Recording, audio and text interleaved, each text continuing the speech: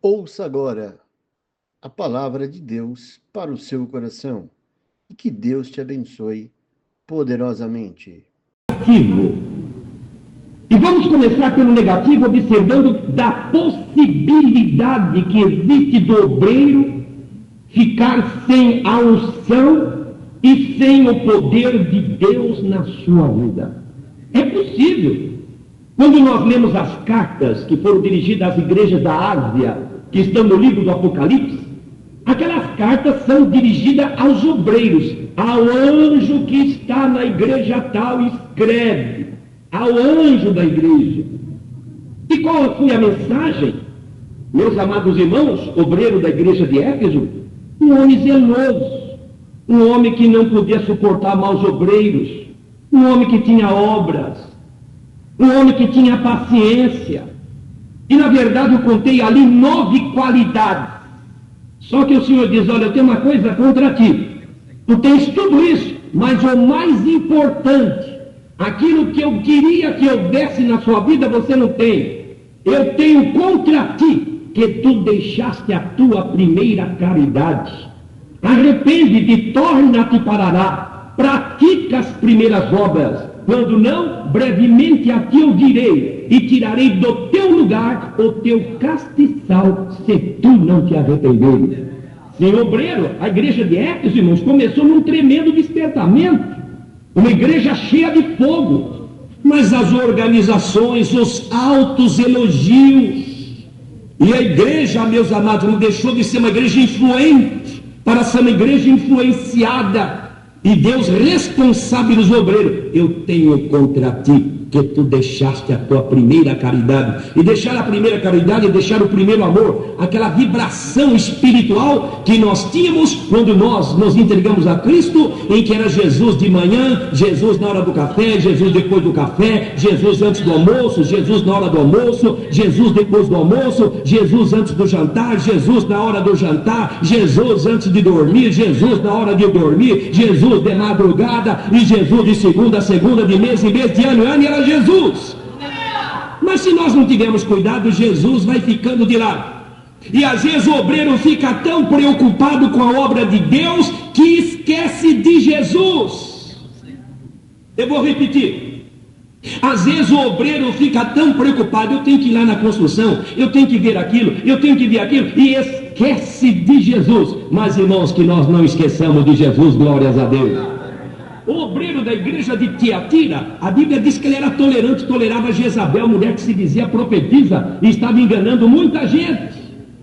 Os dons na igreja, irmãos, é uma tremenda maravilha, e nós precisamos da operação dos dons espirituais na igreja, que são as ferramentas com as quais nós, a igreja, fazemos a obra do Senhor, porque a obra de Deus não vai com a cabeça do homem, mas é com o poder de Deus, através da operação dos dons espirituais. Mas, irmãos, a imitação dos dons traz um tremendo prejuízo, e naquela igreja, uma mulher estava enganando com falsas profecias, e aí compete ao homem de Deus, obreiro, a quem Deus colocou na frente, ter o discernimento espiritual para ensinar a igreja, para que a igreja tenha os dons, mas os dons como eles estão na Bíblia, glórias a Deus.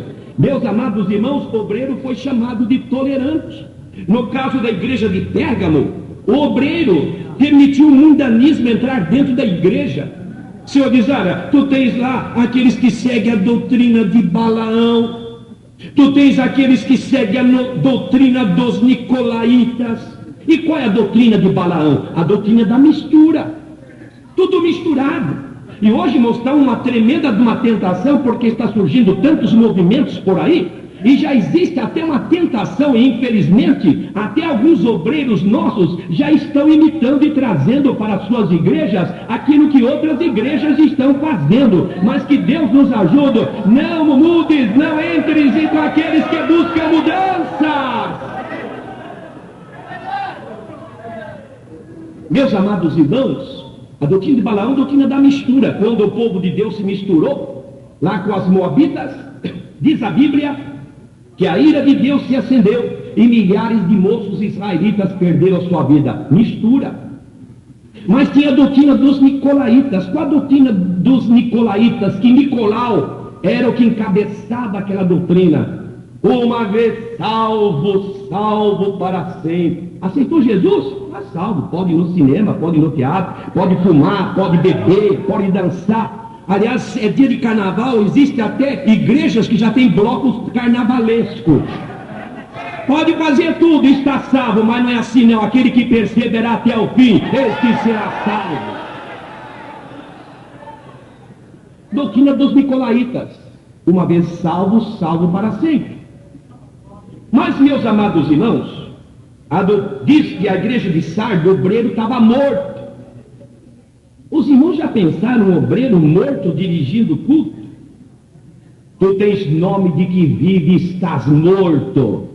Tinha nome que vive, tinha nome, tinha aparência, falava, gesticulava, ia de um lado para outro, mas diante de Deus estava morto. O obreiro da igreja de Laodiceia, o obreiro morno, nem lá e nem cá. Oxalá tu foras frio ou quente, mas porque tu és morno, eu vomitar-te-ei da minha boca. Uma coisa que Deus abomina é o homem que ficar no meio do caminho, em cima do muro. Ele não vai nem para a direita nem para a esquerda. Ele é morno. Morno é uma pessoa que estava quente e agora está indo para o caminho do gelo. Está na metade do caminho. Deus diz: eu vou te vomitar da minha boca. E vomitar é uma palavra na Bíblia que implica em uma certa repugnação. Se é uma coisa que Deus repugna na vida do homem, é o homem ficar morno, nem lá e nem cá, ou quente ou frio. Quem comigo não ajunta, espalha. Seja a vossa palavra sim, sim e não, não, porque o que passar disso, disse Jesus, é de procedência maligna. Mas, meus amados irmãos, ainda bem que salvaram-se duas igrejas. Meus amados irmãos, a igreja de Filadélfia, uma igreja que tinha guardado a palavra de Deus, não obstante as lutas, e o Senhor diz: eu pus uma porta aberta diante de ti, e ninguém vai poder fechar aquela porta. Tiveste pouca força, mas eu vou estar lá para te dar a vitória. Glórias a Deus. E a igreja, meus amados irmãos, diz Esmirna, uma igreja que estava no sofrimento, provações, mas o Senhor animou aquela igreja dizendo: ser fiel até a morte, e eu dar-te-ei a coroa da vida. Então, meus irmãos, é possível que um obreiro perca a energia, porque esses obreiros que eu fiz menção eram homens que no começo eram verdadeiros baluartes da fé. O problema está, irmãos, em a pessoa manter o nível da sua vida espiritual. Porque alguns começam bem, mas terminam mal. Alguns começam bem, com o decorrer do tempo ele vai relaxando na sua vida e a coisa vai, irmãos, descendo e ele vai perdendo o vigor espiritual. E eu gostaria de citar algumas ilustrações para ajudar a compreender, para nós adentrarmos finalmente no assunto que eu quero, com a graça de Deus, entrar. Quando o obreiro perde a unção, o poder de Deus na sua vida, é como se ele estivesse trabalhando de noite. Trabalhar de noite, se lembra dos irmãos que os discípulos tinham trabalhado toda a noite e não tinham apanhado peixe algum. E Jesus chega pela manhã, vê os discípulos cansados, desanimados, esgotados. E Jesus, vendo que não tinham apanhado peixe algum, disse: lançai as vossas redes lá para o alto mar. Mestre, trabalhamos a noite inteira e não apanhamos coisa alguma. Trabalhar sem o poder de Deus é trabalhar de noite. A gente não pega peixe nenhum, irmãos. E batalha, e cansa, e programa, e mais programa, e no fim não dá resultado algum, porque a obra de Deus não vai com a cabeça do homem, não é por força, e nem por violência, mas é pelo meu espírito, diz o Senhor dos Exércitos. Meus, trabalhar sem o poder de Deus, é trabalhar, meus irmãos, com o ferro do machado, sem corte. Nós ouvimos aqui o irmão que me antecedeu, falar do rapaz que perdeu o cabo, perdeu o ferro e ficou somente com o cabo na mão. Mas também a Bíblia fala da pessoa que está com o machado, mas o machado não está cortando coisa nenhuma. E lá no livro de Eclesiastes, no capítulo 10, versículo 10, diz assim: se estiverem botado ferro e não se afiar o corte, precisa pôr muita força. E às vezes a gente põe tanta força, cansa, fica desanimado, e o resultado é tão pequeno, desprezível, quase nada. Porque, irmãos, o ferro não está cortando coisa alguma. É que às vezes nós não queremos parar para tirar a ferrugem, para tirar aqueles dentes, e passar o esmeril, ou passar uma lima, ou a lixa, e deixar o ferro afiado. Isto fala de uma vida de renovação. Ó, irmãos, que Deus nos ajude, que o meu machado e o teu machado esteja com o ferro cortando. Trabalhar, irmão, sem o poder de Deus é trabalhar amarrado. É uma linguagem figurada da Bíblia. Lázaro estava na sepultura já 4 dias, no dizer de sua irmã, estava cheirando mal. Mas Jesus chegou diante do túmulo de Lázaro e disse: tirai a pedra. E quando tiraram a pedra, disse: Lázaro, sai para fora. Acontece que era costume na época enfaixar as pessoas antes de sepultar, inclusive o rosto. E lá estava, parece, eu imagino, irmãos, Lázaro, a Bíblia diz que o defunto saiu, mas ele deve ter saído mais ou menos assim, andando assim, a mão presa, sem ver nada, porque tinha um lenço no rosto. A mão está presa, como que ele vai tirar o lenço? Mas Jesus viu ele preso, o pé com dificuldade de andar, as mãos presas e o rosto sem poder, os olhos sem poder ver nada, porque o pano estava no rosto. Desligar, tira essas faixas dele. Tira as faixas. E quando tirou, pronto, ele começou a ver, começou a mexer a mão, começou a mexer o pé. Glória a Deus. Trabalhar, irmãos, sem poder de Deus é estar amarrado, irmão. Não vai, não dá, não rende, a congregação não cresce e fica parado, entra anos, sai anos. Mas, irmão, com o poder de Deus vai. Glória seja dada ao nome do Senhor. Meus amados irmãos, trabalhar sem o poder de Deus é apenas ter o bordão na mão, mas não ter a unção que opera pelo bordão. Lembra do Eliseu? Lembra daquela sunamita que tinha um filho que acabou morrendo? E que ela foi ter com o profeta? E o profeta disse: Geazi, vem cá, olha, pega o meu bordão e vai lá no teu rapaz que está morto e coloca o meu bordão lá no rosto do menino. Parece que eu vejo o Geazi entusiasmado com o bordão do profeta pelo caminho, correndo. Bordão é um cajado grosso. E ele vai correndo, chega lá onde está o menino. Ele põe o bordão no rosto do menino, o menino está morto. Ele põe novamente, o menino continua morto, e continuou morto e não aconteceu coisa nenhuma. Sabe por quê? Aquele bordão, Deus só operava na vida do profeta Eliseu. Meus amados irmãos, que Deus nos ajude, que Deus opere através da minha e da sua vida. Irmãos, que nós nunca usemos o bordão de ninguém, mas nós usemos a ferramenta que Deus colocou em nossas mãos. Glória seja dada ao nome do Senhor. Nós vivemos uma época de imitação. Hoje tem imitação de tudo, irmãos. Eu estava num culto um tempo desse, numa igreja, e estava lá no gabinete do pastor, conversando com ele, e o culto já havia começado. Dali a pouco escutei alguém cantando, e eu pensei: o cantor, que eu vou declinar, não vou declinar o nome dele, o cantor fulano está aqui também. Mas não era aquele cantor, não, era um outro que estava imitando, mas exatamente até o timbre da voz, os altos e os baixos da voz daquele homem. Era um perfeito imitador. Como hoje também nós temos imitação de pregador. Você já viu imitador de pregador? Havia um no determinado estado, não me pergunte, que o apelido dele era Xerox. Porque alguém dizia: o irmão Xerox vai pregar hoje. E quando ele começava a pregar, você já sabia quem ele estava imitando. A pregação, os gestos, as figuras, era igualzinho, ponto e vírgula. Irmão Xerox. Irmãos, que Deus nos ajude, que nós usemos a ferramenta que Deus colocou na nossa mão. Olha, irmãos, colocar a capa de Saul não serviu, a armadura de Saul não serviu para Davi.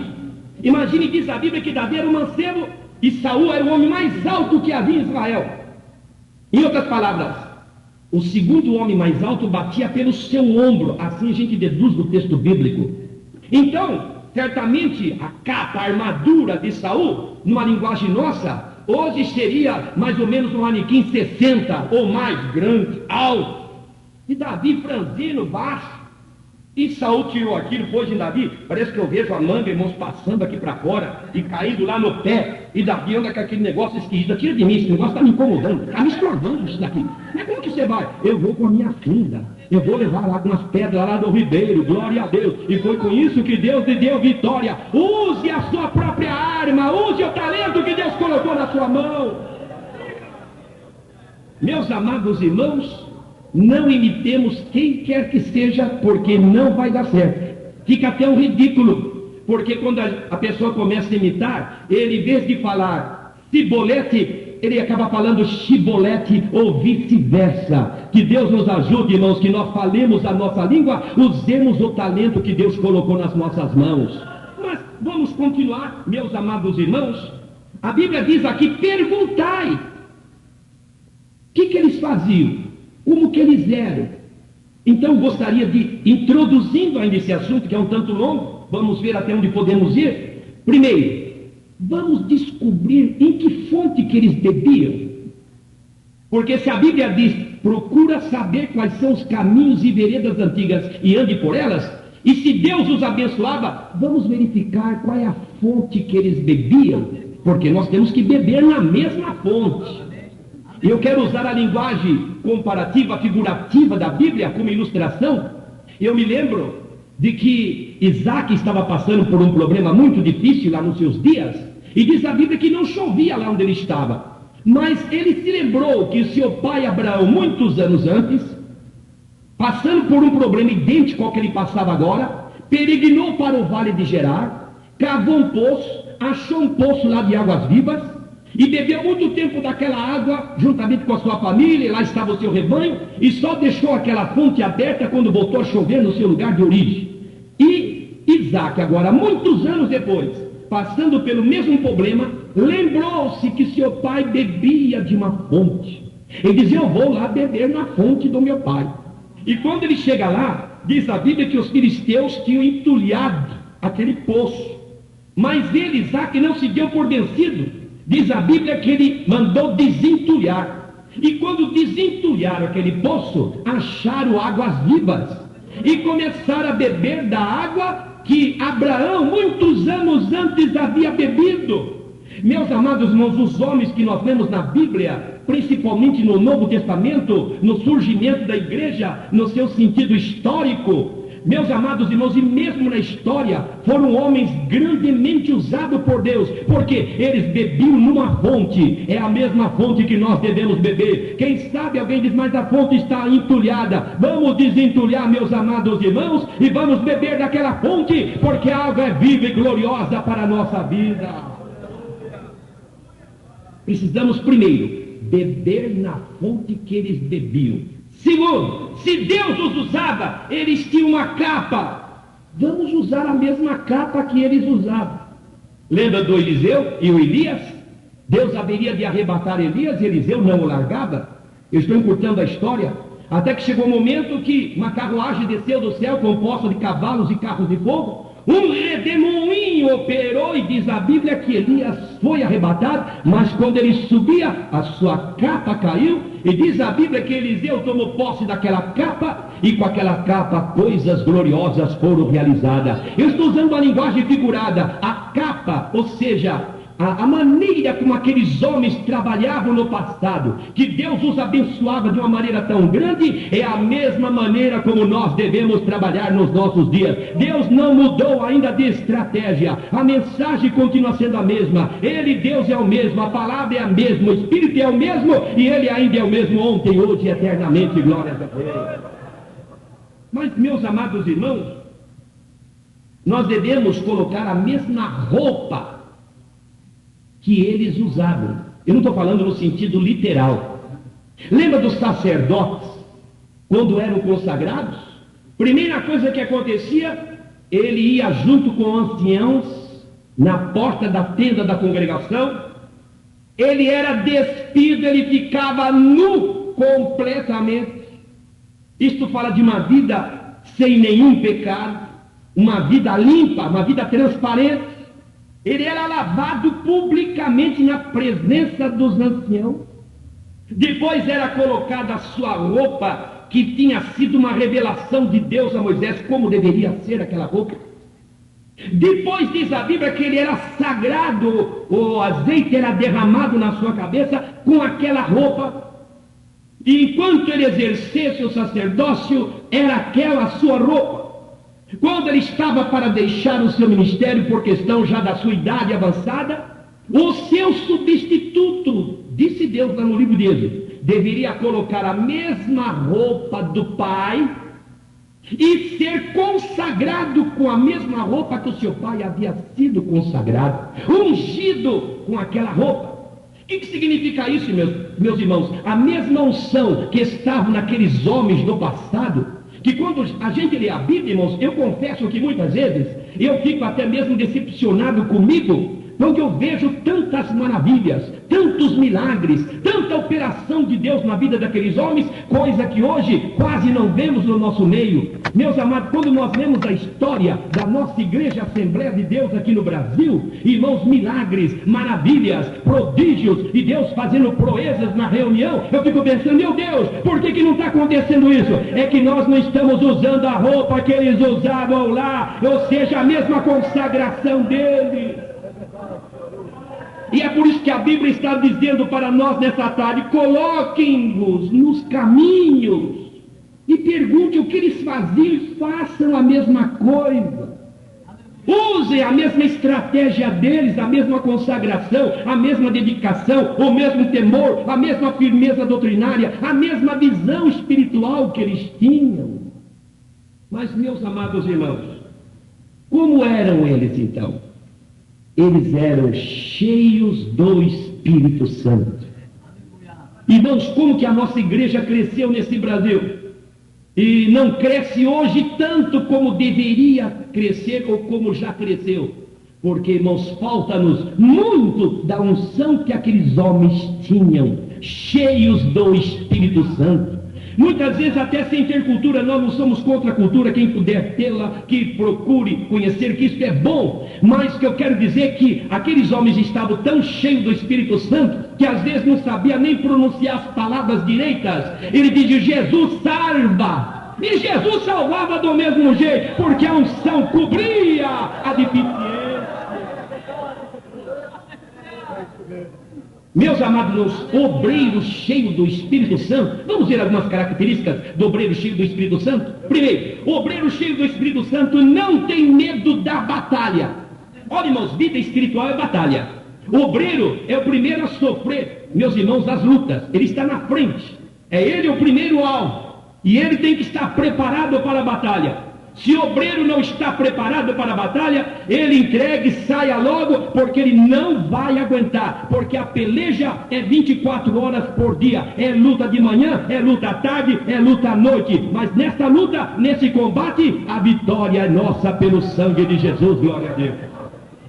O obreiro cheio do Espírito Santo não tem medo da batalha. Vamos ver um obreiro cheio do Espírito Santo? Lembra-se de Otoniel, um juiz cheio do Espírito Santo. A Bíblia diz, ele foi cheio do Espírito Santo. E o que ele fez? Ele atravessou pelos exércitos inimigos, enfrentando-os, e Deus lhe deu uma grande vitória. Veja como diz o livro de Juízes, no capítulo 3. Juízes, capítulo 3, o versículo de número 10. Diz assim, e veio sobre ele o Espírito do Senhor, e julgou a Israel, e saiu a peleja. E o Senhor deu na sua mão a Cusã-Risataim, rei da Síria, e a sua mão prevaleceu contra Cusã-Risataim.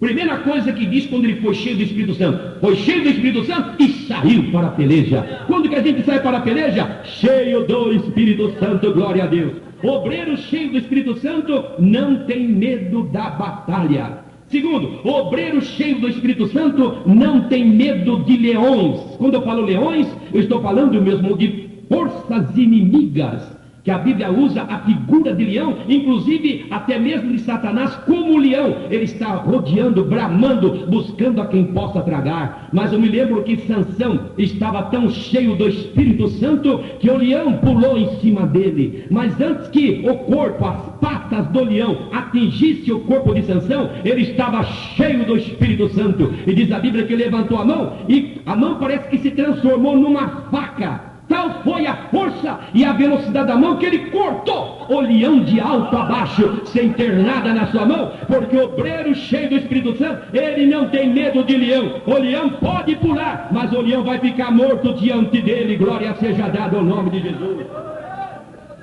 O obreiro cheio do Espírito Santo não tem medo de gigantes. Lembra de Davi? Cheio do Espírito Santo. E lá o gigante Golias, que talvez pelas dimensões da Bíblia tivesse 3 metros e 10 centímetros. 1 metro a mais acima de qualquer porta dessa nossa, cujo padrão é 2,10. Mais ou menos ele teria 3 metros e 10. Um gigante! Mas Davi estava cheio do Espírito Santo. E o homem cheio do Espírito Santo, ele não olha o tamanho do gigante, ele olha a grandeza do Deus a quem ele serve e a força desse Deus para lhe garantir a vitória. E o gigante caiu por terra com uma pedra somente lançada pela funda de Davi. O homem cheio do Espírito Santo não tem medo de gigante. Mas o homem cheio do Espírito Santo, como que é a sua pregação? Como que é a pregação de uma pessoa cheia do Espírito Santo? Primeiro, a pregação é com autoridade, não é autoritarismo. Muita gente confunde autoridade com autoritarismo. Autoritarismo diz, eu sou quem manda aqui, eu sou pastor.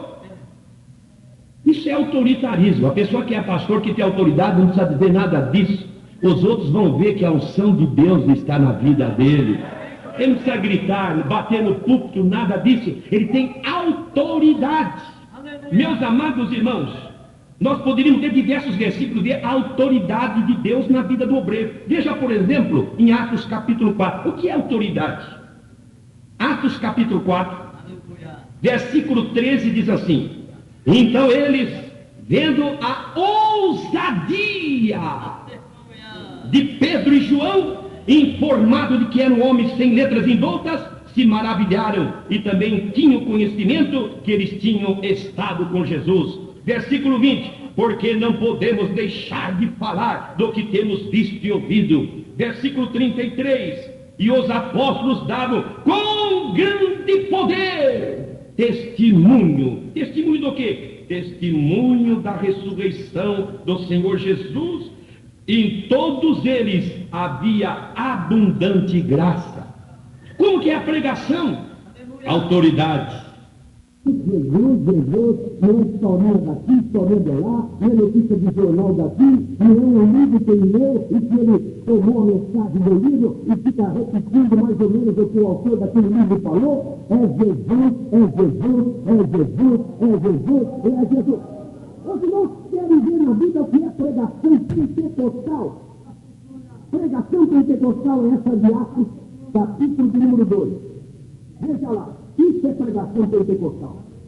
Atos capítulo 2, versículo 22. Nós estamos, vamos contar o culto, e meu Pedro está aqui. E meu Pedro vai começar a pregar. Vamos então a primeira palavra de meu Pedro, que é o pregador. Atos capítulo 2, verso 22. Varões israelitas, escutar essas palavras. Bom, ele passou introduzindo, ele não pregou. Ele vai começar a pregar agora. Primeira palavra. A Jesus Nazareno!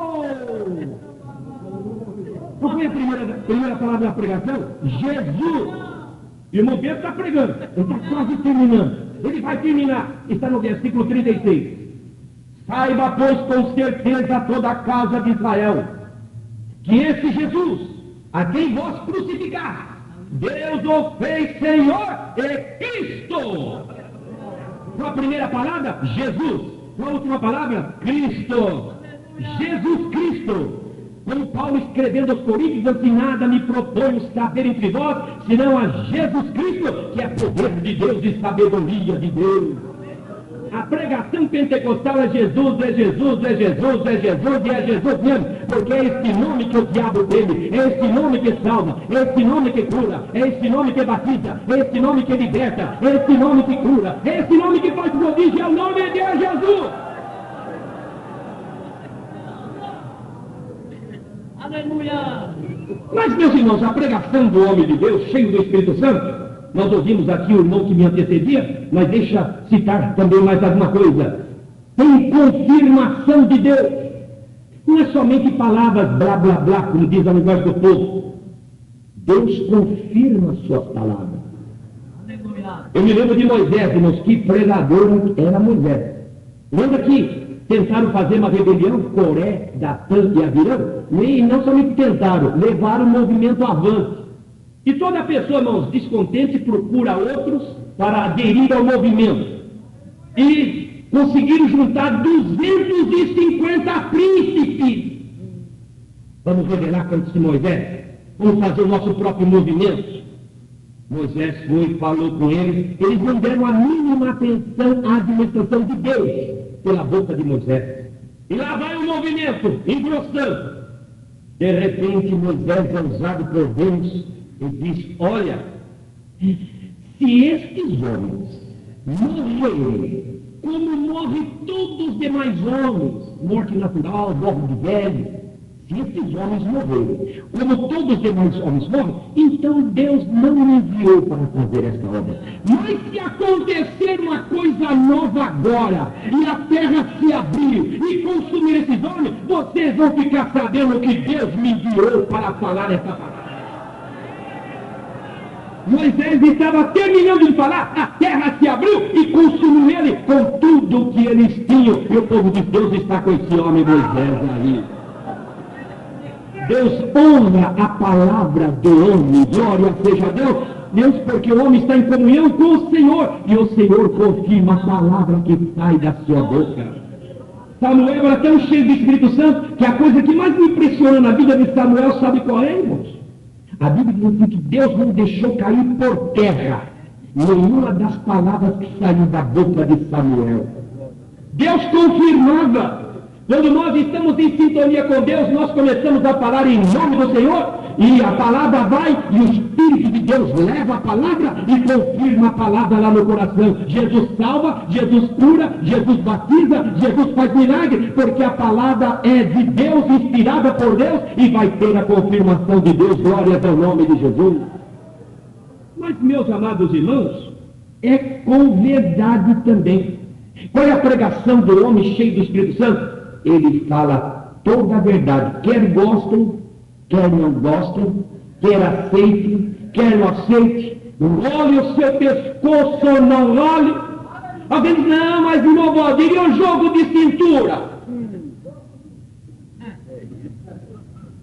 Irmãos, quando nós estamos falando em nome do Senhor, seja quem quiser que esteja na frente, esteja o presidente da República, esteja o prefeito da cidade, esteja autoridades, esteja aquele irmão de uma certa projeção de estatuto, de tanta pompa na igreja, meus irmãos, mas nós vamos falar a mensagem que Deus colocar na nossa boca. Glórias a Deus. Meus amados irmãos, foi mencionado aqui o caso do profeta Micaías. Esse homem só tem uma palavra do contra. Esse homem aqui só fala mal.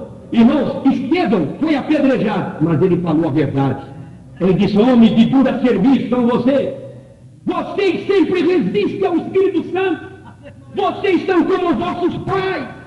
E lá veio pedra, mas quando as pedras estavam chegando, e desde que eu vejo os céus abertos, e Jesus está em pé, a mão direita de Deus. Alguém disse: não, a gente tem que ficar calado. E eu disse um dia a um pastor: e os protestantes, aonde que estão? Aleluia. Não, a gente tem que ficar calado. Irmãos, nós, crentes, muito tempo atrás, éramos chamados de protestantes. Protestante é aquele que protesta contra o pecado. João Batista era um tremendo de um protestante. Ele disse para Herodes: não te é lícito possuir a mulher do teu irmão. Cortaram o pescoço dele, cortaram a cabeça dele, mas ele falou a verdade.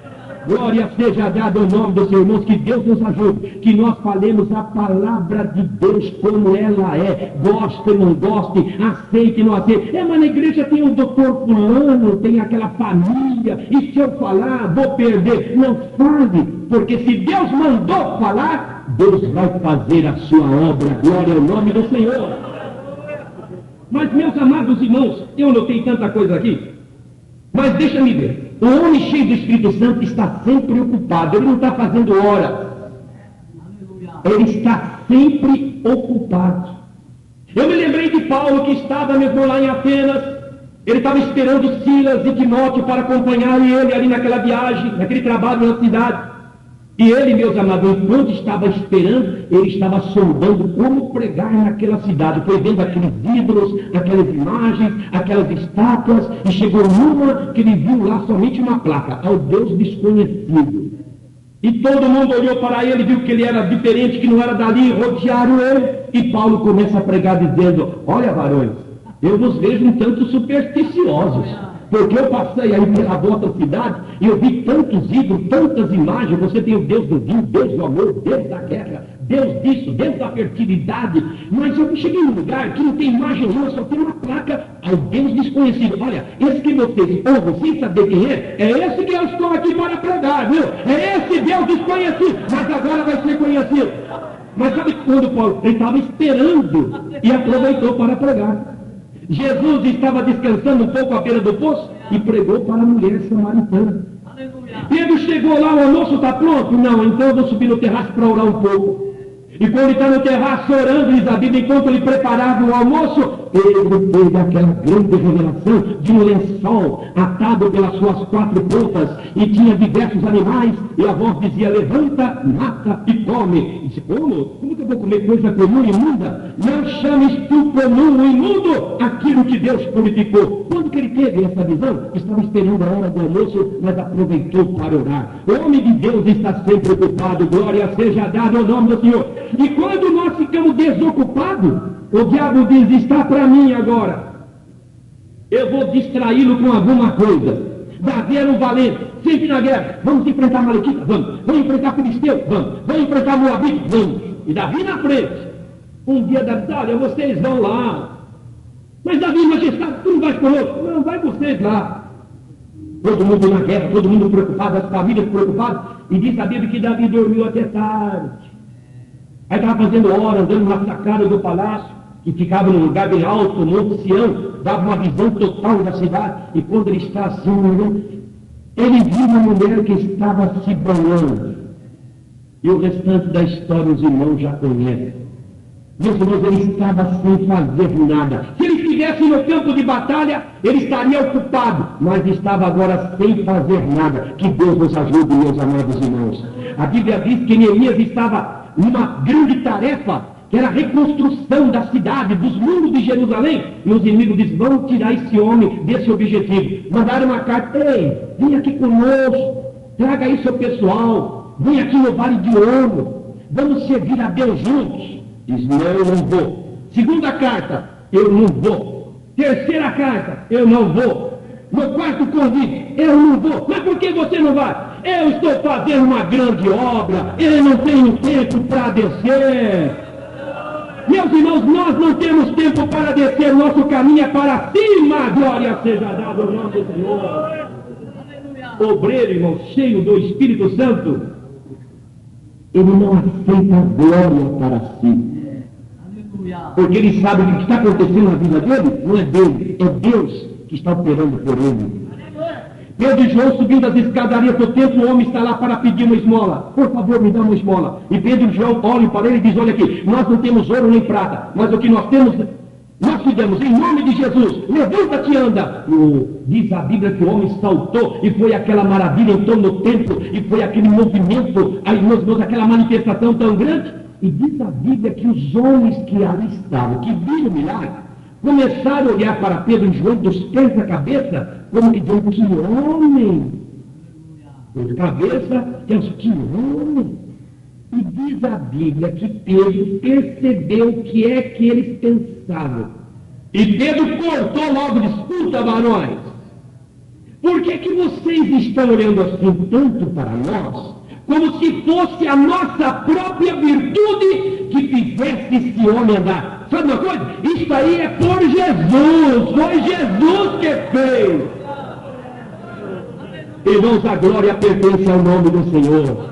Enquanto você estiver dando a glória para Jesus, você prega, Jesus salva muita gente, dá glória para Jesus. Você ora e Jesus cura, dá glória para Jesus. Você faz um trabalho e Jesus confirma, dá glória para Jesus. Porque enquanto você estiver dando a glória para Jesus, ele diz: eu vou continuar usando aquele meu cego, porque ele sabe que não é ele que sou eu. Agora, o dia que você chegar à conclusão e você receber a glória para si e vai dizer, não posso mais usar, porque ele tomou a glória minha para ele e a glória de Deus ele não dá para ninguém. Glória seja dada ao nome do Senhor. Meus irmãos, mas deixa-me terminar, não é um assunto que ele é muito longo, não quero abusar do horário. Obreiro cheio do Espírito Santo, ele tem conteúdo divino. Aleluia. Ele tem alguma coisa para dar. Como é maravilhoso quando a gente sabe que um irmão é cheio do Espírito Santo, a gente já fica na expectativa. A gente sabe que quando ele abrir a boca, Deus vai começar a encher a boca dele de palavras. E sai palavra para cá, sai palavra para lá, e vai atinge um coração ali, e daqui a pouco atinge outro, e a gente nem sabe, irmão, o que está acontecendo, mas o Espírito Deus está levando uma palavra para outra, levando uma palavra para outra, levando uma palavra para outra, está levando a palavra para trás, para frente, para a direita, para a esquerda, e o povo sai do culto dizendo, hoje Deus falou, glória seja dada ao nome do Senhor. Mas deixa-me terminar, irmãos. Obreiro cheio do Espírito Santo, a igreja começa a ter cultos pentecostais. Eu quero terminar com esta palavra. Irmãos, cultos pentecostais. O que é um culto pentecostal? Não, o culto pentecostal é o culto da Igreja Evangélica Assembleia de Deus. Sim, em alguns lugares é um tremendo de um culto pentecostal. Mas em outros lugares é como se fosse uma igreja batista, presbiteriana, ou coisa parecida. Porque a unção, onde tem os milagres? Aonde estão os testemunhos? Aonde está o dom de profecia? Aonde estão as línguas e as interpretações? Irmãos, culto pentecostal é como aquele da igreja de Corinto, em que Paulo, escrevendo a sua carta, 1 Coríntios 14, 26, ele diz, irmãos, quando vós vos reunis, cada um de vós tem salmo, tem doutrina, tem revelação, tem língua e tem interpretação. Culto pentecostal, irmãos, acontece 5 coisas no culto. Tem salmo, doutrina, revelação, língua e interpretação. Quando não teve uma dessas coisas, o culto não foi 100% pentecostal. Às vezes, deixa-me terminar, eu me reporto no tempo e eu me volto a quase 2000 anos atrás, como se estivesse na igreja de Corinto. E eu me imagino naquela reunião, que não era um lugar assim, irmãos, tão apropriado como esse, mas a igreja se reunia. Os pregadores daquela igreja, ou é Pedro, ou é Paulo, ou é o Apolo. Mas estamos num dia, suponhamos que é o dia de Paulo. E nós estamos no culto. Lá vem irmão Paulo. Quem olha para ele, irmão, não dá nada por aquele homem. É um homem baixo, feio, magro. A aparência dele, irmão, ele mesmo disse que a aparência dele era desprezível. Mas Deus não está vendo se a pessoa tem bonita aparência ou feia aparência. Deus está vendo é para dentro da pessoa, glória a Deus. Mas chegou o irmão Paulo, irmãos, vamos orar porque a nossa reunião vai começar. A igreja ora e agora eles vamos cantar. Vamos cantar, irmãos. Vamos cantar o Salmo 91. Os salmos eram cantados. Eles começam a cantar aquele que habita no esconderijo do Altíssimo, a sombra do Onipotente descansará. Direi do Senhor, Ele é meu Deus, meu refúgio, minha fortaleza, nele confiarei. E a igreja canta, alegre. Daí a pouco, uma irmã lá diz, irmão Paulo, vamos cantar o Salmo 23. Vamos cantar o Salmo 23. O Senhor é meu pastor e nada me faltará. Deitar-me faz em verdes pastos, guia-me mansamente às águas tranquilas, refrigera a minha alma. A igreja canta dando glória a Deus. Daí a pouco alguém diz, irmão Paulo, o Salmo 34. Diz, chega de salmo. Parte de louvor já acabou, irmãos. Agora é hora da palavra. Porque tem igreja que canta, e canta, e canta, e canta, e canta, e tem mais canta, e canta mais, e canta mais. Eu fui no culto, não me pergunte, eu esperei 4 horas e meia para pregar. Não me pergunte onde, eu esperei 4 horas e meia para pregar, não, porque não dava nem para pregar mais. Eu tentei falar alguma coisa porque o povo já estava indo embora. E nós cantou. Mas como é que a maioria dos nossos cultos hoje? Começa às 7 horas cantando, 7h30 está cantando, 8 horas está cantando, 8h30 está cantando, 15 para as 9 está cantando, e daí a pouco 10 para as 9, irmãos, agora chegou a hora mais importante desta reunião, 10 para as 9. O povo tem que levantar 4 horas da manhã para ir trabalhar. E ele não trabalha, muitas vezes, então, para ele tanto faz ir até a meia-noite. E dali a pouco, meus irmãos, o que uma pessoa vai falar em 10 minutos? A parte mais importante do culto, irmãos, é a palavra. O culto tem que ter louvor. Precisa ter louvor. Faz parte da reunião. Mas, irmãos, tem que ter a palavra de Deus. E Paulo dizia, olha, irmão, chegou. Termine. Olha, ninguém peça mais hino, não? Ninguém peça mais salmo. Agora é a hora da pregação. E como que era a pregação, irmão? Ele dizia, eu recebi do Senhor aquilo que eu vou falar agora. Irmãos, bem-aventurado é o pregador que sobe no púlpito e diz, eu recebi do Senhor a palavra. E quando ele recebe, ele tem edificação, e a edificação que ele recebeu passa para a igreja, e a igreja diz, Deus está falando, Deus está falando, Deus está falando. Mas ali a pouco, em meio à reunião, um irmão começava a falar em língua do irmão, outro lá começava a interpretar, e Deus começava a falar através, meus amados irmãos, dos dons espirituais. Oh, irmãos, que Deus nos ajude, que nós tenhamos cultos pentecostais, onde nós vejamos maravilhas, milagres, Jesus realizando milagres, curando os enfermos, Jesus batizando com o Espírito Santo na reunião, Jesus falando através dos dons, e a igreja sai, os irmãos saem da reunião dizendo, Deus está no nosso meio, e o povo não sai com aquele gosto, irmãos, do céu na sua vida, porque Deus falou, Deus operou, Deus fez milagres, Deus fez maravilhas. Ponde-vos nos caminhos e pergunte como eles eram, e entre pelos mesmos caminhos que eles andaram. Que Deus nos ajude, irmãos. Nós estamos chegando daqui a pouco ao ano de 2000, daqui 3 anos ou menos do que 3 anos. Ao projeto da nossa igreja da década da colheita. Que maravilha! Que projeto arrojado e facilmente em condições de ser cumprido. Mas também todos, conta-se a dedo quem está fazendo alguma coisa em prol daquele projeto. E por quê? Está faltando unção, está faltando poder, mas que Deus nos envie um grande despertamento. E Deus nos sacuda os obreiros, nos sacuda, para que nós, cheios do poder, nós façamos a obra do Senhor, e Satanás vai recuar, e a igreja vai avançar, e o nome de Jesus vai ser glorificado, e a obra do Senhor, irmãos, vai atingir as almas. E daqui a pouco, quando tocar a trombeta, e Jesus vier buscar a igreja, milhares, milhões e milhões e milhões de almas aqui do Brasil sejam arrebatadas para encontrar Jesus nos ar. E Deus quer contar com você, meu irmão, que nesta tarde, neste dia, quando Deus já nos falou palavras importantes aqui, deixa-me terminar. A palavra de Deus nessa última é, meus filhos, coloquem nas veredas antigas, sigam aquele mesmo método, não busquem mudanças, coloca-te na brecha.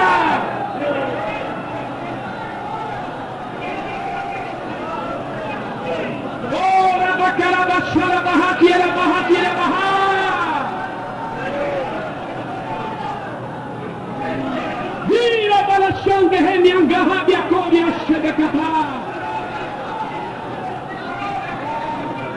Ori manda la basculhanda, glória, glória, glória, glória, glória, glória, glória a Jesus.